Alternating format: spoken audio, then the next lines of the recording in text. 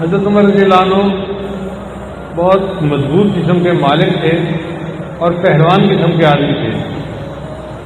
کتابوں میں لکھا ہے کہ عکاظ کے میلے میں کئی مرتبہ کشتی میں بھی حصہ لیتے تھے.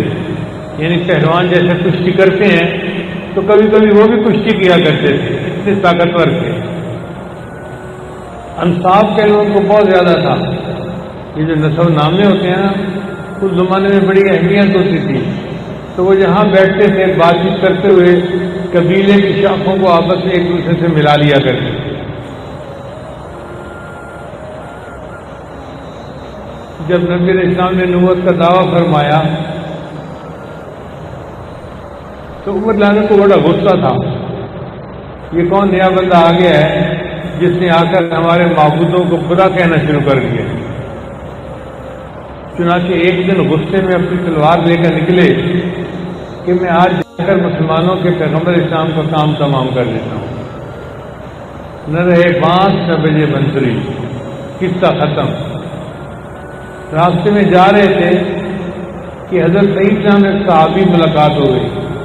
کوئی پوچھا عمر آج خیریت تو ہے، بڑے غصے میں جا رہے ہو تلوار لے کر؟ تو کہنے لگے کہ میں تو مسلمانوں کے پیغمبر اسلام کا آج کام تمام کرنے کے لیے جا رہا ہوں. ان کی تو خبر بعد میں لینا، پہلے اپنی بہن کی اور اپنے بہنوئی کی خبر لو، وہ مسلمان ہو چکے ہیں. اب عمر لانا کو بڑا غصہ کہ میری بہن اور میری اجازت سے بغیر کلمہ پڑھ لے اور میرا بہنوئی اور مجھے بتائے بغیر ایمان قبول کر لے. چنانچہ وہیں سے اپنے بہن کے گھر آ گئے. دروازہ کھٹکھٹایا. بہنوئی نے پہچان لیا کہ عمر لانا ہے اور غصے میں ہے. وہ تو چھپ گئے. اس وقت وہ قرآن مجید کی تلاوت کر رہے تھے. بہن نے دروازہ کھولا تو ملاقات سے یہ پوچھا کہ میں نے سنا ہے کہ تم مسلمان ہو گئے ہو. بہن نے کہا اگر اسلام سچ ہے تو اس کو قبول کرنے میں کیا رکاوٹ ہے. اتنے میں بہنوئی بھی آ گئے تو بہنوئی کو دیکھ کے غصے میں آ گئے اور بہنوئی کو مارنا شروع کر دیا. اب بہن اپنے خامن کو بچانے کے لیے درمیان میں آئی تو بہن کو بھی مارا. کہتے ہیں کہ جب بہن کے تھپڑ لگا تو اس کی آنکھوں سے تو آنسو آئے، مگر وہ سامنے کھڑی ہو کے کہنے لگی عمر جس ماں کا دودھ تو نے پیا ہے اسی ماں کا دودھ میں نے پیا ہے. تو ہمارے دلوں سے جان تو نکال سکتا ہے، ہمارے دلوں سے ایمان کو نہیں نکال سکتا، جو مرضی کر لے.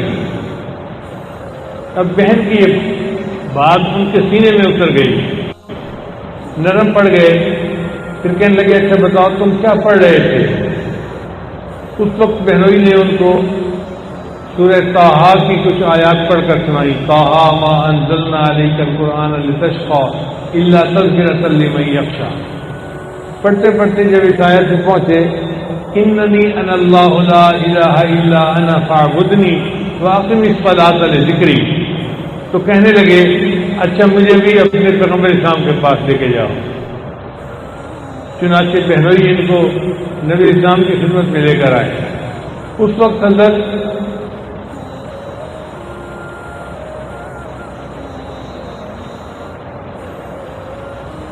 نبی علیہ السلام ایک مکان کے اندر کنڈی لگا کر کلمے کی تعلیم دیا کرتے تھے، کیونکہ کفار کا ہجوم تھا اور ان کا خطرہ ہوتا تھا. دار ارقم میں جب نبی علیہ السلام کی خدمت میں عمر لانو آئے تو دروازہ کھٹکھٹایا. اندر لوگ تھے، انہوں نے خزاں میں سے دیکھا تو انہوں نے دیکھا کہ عمر کھڑا ہے اور تلوار ہاتھ میں ہے. تو وہ گھبرا گئے. اے اللہ کے وسلم عمر باہر کھڑا ہے اور ہاتھ میں تلوار ہے، لگتا ہے وہ تو لڑائی کے لیے آیا ہے. حضرت حمزہ جان ایمان لا چکے تھے، وہیں موجود تھے. انہوں نے فرمایا ڈر کی بات نہیں ہے، عمر کو آنے دو. اگر اچھے ارادے سے آیا ہے تو بہت اچھا، اور اگر برے ارادے سے آیا ہے تو اسی کی تلوار سے میں اسی کی گردن کاٹوں گا. چنانچہ دروازہ کھولا گیا، مگر حضرت عمر کا تو معاملہ ہی کچھ اور تھا. دل بھی اثر ہو چکا تھا اور دل میں محبت آ چکی تھی. چنانچہ آ کے کلمہ پڑھا اور مسلمان ہو گئے. حضرت عمر 40 مسلمان تھے. 39 مسلمان اس سے پہلے ہو چکے تھے اور ان کا نمبر 40 بنتا تھا. پھر ان کے اسلام لانے پر اللہ نے مسلمانوں کو مضبوط کر دیا. کیوں؟ اس لیے کہ اس سے پہلے مسلمان چھپ چھپ کے نمازیں پڑھتے تھے. جب انہوں نے کلمہ پڑھ لیا تو انہوں نے نبی اسلام کی خدمت میں عرض کیا ہے اللہ کے نبی صلی اللہ علیہ وسلم اب تو میں نے کلمہ پڑھ لیا ہے, اب چھپ کے کیا نماز پڑھنی, چلے چل کے حرم میں نماز پڑھتے ہیں. اس سے پہلے مسلمانوں نے حرم میں نماز نہیں پڑھی تھی کبھی باجماعت. اب عمر جانا چلے, حضرت حمزہ جانا چلے اور پھر نبی اسلام اور ان کے صحابہ چلے. کتابوں میں لکھا ہے کہ اسلامی تاریخ کا وہ دن بڑا ہی پرسکون تھا کہ جب یہ سب لوگ اسلام کے عظمت ظاہر کرنے کے لیے حرم میں جا رہے تھے نماز پڑھنے کے لیے.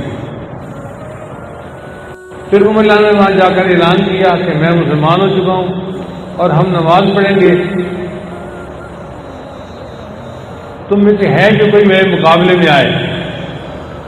اتنی ان کی دہشت تھی کہ کافروں میں کوئی بندہ ان کے مقابلے کے لیے تیار نہیں ہوا.